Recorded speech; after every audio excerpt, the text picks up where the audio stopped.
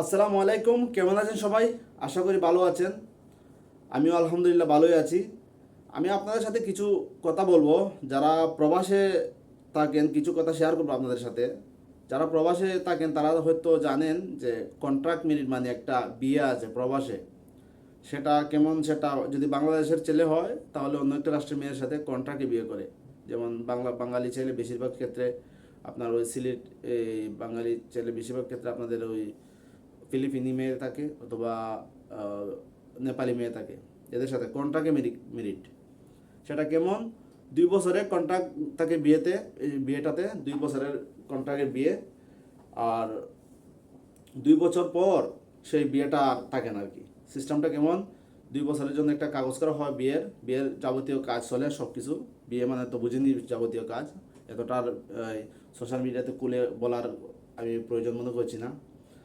তো যাবতীয় কাজ চলে বিয়ের, এটা কন্ট্রাক্টে থাকে 2 বছরের। আর কন্ট্রাক্টে এটাই থাকে যে 2 বছরের জন্য ওই ওই মেয়েটার যাবতীয় খরচ যা এখানে যা হবে, যাবতীয় খরচ ছেলেটা বহন করবে। আর ছেলেটার খরচ তো ছেলেই বহন করবে, মেয়েটার খরচ শুধু ছেলে বহন করবে। তারা একই করে থাকবে, স্বামী স্ত্রীর মতো। কিন্তু ওই আসলে অরিজিনালি স্বামী স্ত্রী না, এটা একটা কন্ট্রাক্ট মেরিট। হ্যাঁ, কাজ চলবে, সমস্যা নাই, আর কিছু বলার ভাষা নাই। আর ছেলেরও ফ্যামিলি আছে, তারও বউ বাচ্চা আছে দেশে। আর মেয়েটারও এরকম বেশিরভাগ ক্ষেত্রে থাকে, তার বাড়িতে তার হাজব্যান্ড থাকে, বাচ্চা থাকে।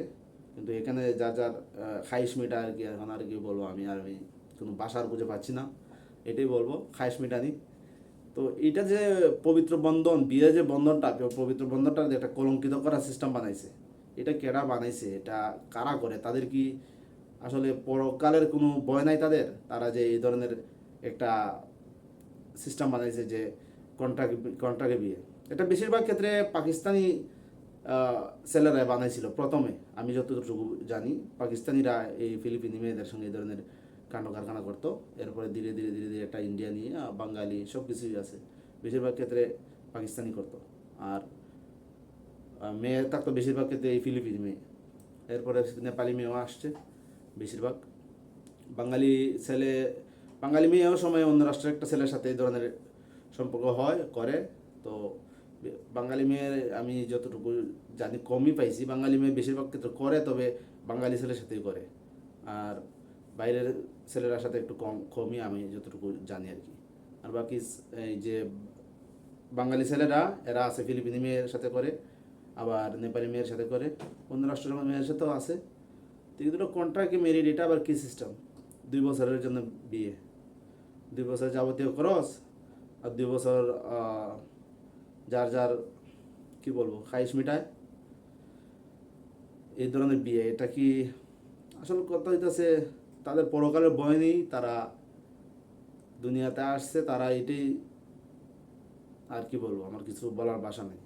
এটা যারা করছে এটা একমাত্র তাদের বিষয়। আমি যতটুকু শুনেছি ততটুকু আপনাদের সাথে শেয়ার করতেছি। আর এটার বিষয় অবশ্য আইনগত ব্যবস্থা নেওয়া দরকার। এটা তো একটা বিয়ের মতো পবিত্র বন্ধনকে কলঙ্কিত করার মতো সিস্টেম এরা করতেছে। প্রবাসে খালি এই দেশে আর অমুক দেশে না, সব দেশেই বেশিরভাগ পাওয়া যায় এরকম।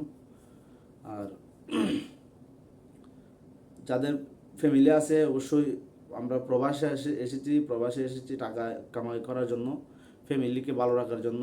তারপর আমরা যদি এই ধরনের কাণ্ড কারখানা করি, দেশে গিয়ে কী করব, এই চিন্তাটা অবশ্যই করা উচিত। যে আমি যে এখানে যে টাকাটা নষ্ট করতেছি, তাহলে আমি তো দেশে গিয়ে তো একটা কিছু করা লাগবে। আমার যদি সেভিংটা যদি এখানে নষ্ট হয়ে যায়, তাহলে তো আমার আর বিদেশ করার কোনো প্রয়োজন নাই। আমার তো এই দেশে থাকলেই হয়। দেশে থাকলে তো একটা মানুষ পেটে ভাতে চলে, ইনকাম, যে কোনো ইনকাম করে তার ফ্যামিলি চালানোর মতো একটা মানুষের এবিলিটি আছে বাংলাদেশে। তাহলে আর প্রবাসে থেকে কী লাভ? ফ্যামিলি থেকে দূর এখানে এসে কন্ট্রাক্টে মেরিট, গুণা খামানো, এটা কী এসব? আসলে যাদের বুঝ নেই তারাই এই ধরনের কাজ করে, আল্লাহ মাফ করুক। আমি আজকে আপনাদের সাথে প্রবাসীদের সাথে এটাই শেয়ার করলাম যে কন্ট্রাক্টে মেরিট কীভাবে করে।